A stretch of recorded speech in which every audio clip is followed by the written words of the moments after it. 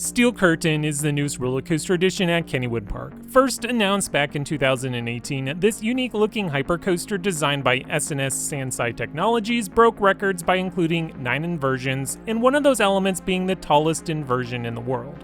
The ride has been operating for 3 seasons, well, sort of. It first opened in July 2019, about halfway through the year. In 2020, the park managed to open in July, but Steel Curtain never left the station as there were some disagreements between the park and the manufacturer.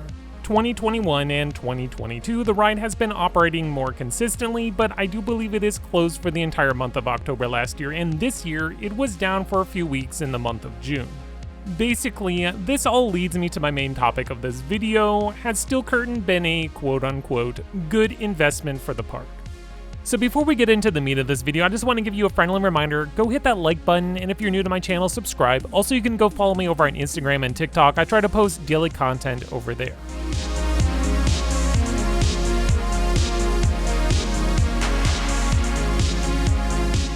Since the release of my original review, my opinion has changed somewhat since that July 2019 video. Let's run through this quickly.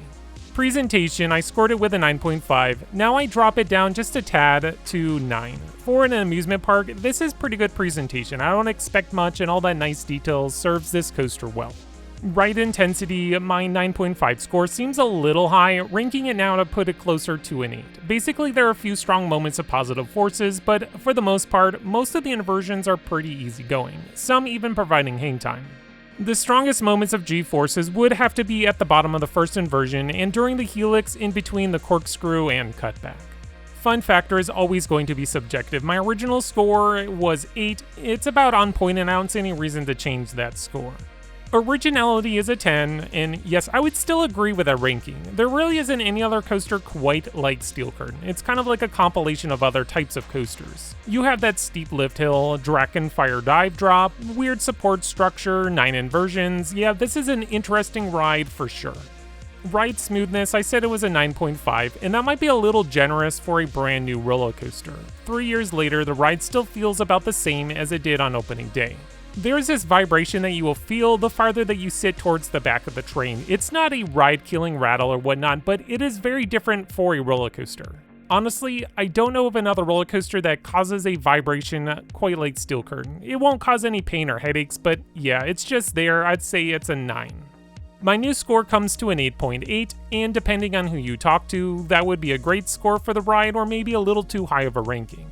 My personal score is going to be a 7. I think it's a fine roller coaster, but somewhat disappointing. First thing that's disappointing is the airtime. I understand that this is an inversion-based coaster, but there are a few spots of airtime throughout the ride. First is that speed hill after the banana roll, the airtime hill prior to the dive loop, and that quick pop of air prior to entering the corkscrew. The problem isn't the amount of airtime, but how the restraints inhibit these moments. Because the lap bar is usually pretty tight against your body, I don't feel that sensation of floating in my seat or whatnot, so it steals some of that joy from those elements. It really is a shame because beyond that one factor, I have no problems with the restraints or seatbelts. The next disappointing aspect is the operations. No matter how hard the ride staff try to send the trains, I feel like the coaster is actively working against them. I know a few of the staff members on Steel Curtain, and they really do their best. It's just a shame that the coaster can't keep up. I really don't know all the logistics of the situation, but most of the time I feel like Steel Curtain is like running one train, and this ride really drags with one train ops. Even with 2 train operations, when I was tracking the dispatches, the ride was completing cycles around like 3 minutes, going all the way upwards of 7 minutes per cycle. Sort of going along with that last point, let's talk reliability. During the early months of the summer, it was hit or miss, well, basically miss when Steel Curtain would be open. As someone who tries to visit Kennywood during the summer about once a week, I didn't get my first ride on Steel Curtain until August. Of course, there were many factors that went into this outcome, far beyond the coaster itself, but on the days I was ready to give Steel Curtain a go, I was greeted by a ride closed sign. This all boils down to my main point: has Steel Curtain been a good investment for the park? Well, I don't know how much money this project costs, but I can say that until mid-2021, the consensus I was picking up on was frustration. I couldn't tell you how many people would reach out to me wondering if I knew Steel Curtain would be operating or if it was operating consistently enough to warrant a trip halfway across the country. For those who remember, we had a similar issue with Lightning Rod. This launching wooden roller coaster by Rocky Mountain Construction was supposed to open in spring of 2016, but instead spent majority of that year closed. The ride did start to improve operations as the years went by. Now, I don't hear much about Lightning Rod as I think it's operating more consistent, but it took a few years to get to that point. Now, the biggest difference between Steel Curtain and Lightning Rod, well, Lightning Rod is a hybrid wooden roller coaster that features an inclined launch. Steel Curtain is your more traditional steel looping coaster. Yes, it's somewhat different that it has a steeper than average lift and 9 inversions, but the ride mechanics are nothing new. This should be in theory a consistently operating roller coaster, but instead, the ride keeps having various issues that prevent it from running.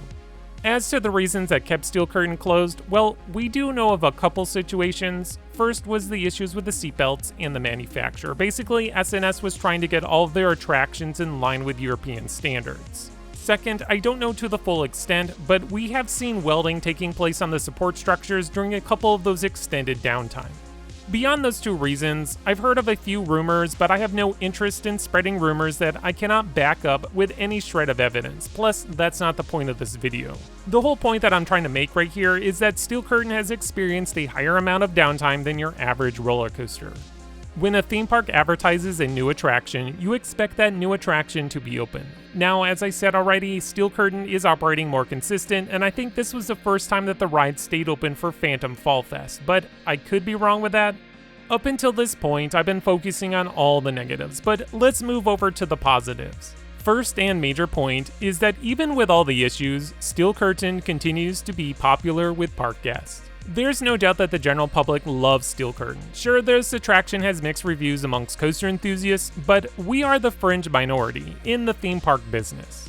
During my last visit to Kennywood, I was standing near the entrance of Steel Curtain, and I was listening to a father talk about the roller coaster with his younger kids. The father was hyping up the ride, even throwing out some few incorrect details, but anyways, the kids were super excited to ride, and the whole moment put a big smile on my face. Another positive is Steel Curtain is a statement coaster. Like, looking at the ride, it sticks out, towering over everything in the park. The structure is somewhat ugly or maybe unconventional, but yeah, it makes a statement for sure. So yeah, to my question yet again, was Steel Curtain a good investment? I'd say yes, even though it's had its issues, and I'm sure that the park would have loved to have the ride without those problems, it continues to be a GP magnet. It's no surprise to me that Kennywood uses Steel Curtain in almost every ad that I see playing on YouTube. Now, I guess the real question isn't being a good investment, but did this ride damage any future projects by S&S? It's hard to say because, well, we rolled right into the pandemic after 2019, and coaster production took a hit overall. But now that the market is starting to revive, well, sort of anyways, let's see if S&S can pull out a couple more wins. Well, thank you for watching today's video. What do you think of Steel Curtain? Let me know down in the comments. As always, make sure you're subscribed, that way you won't miss out on future content by Extreme Thrills.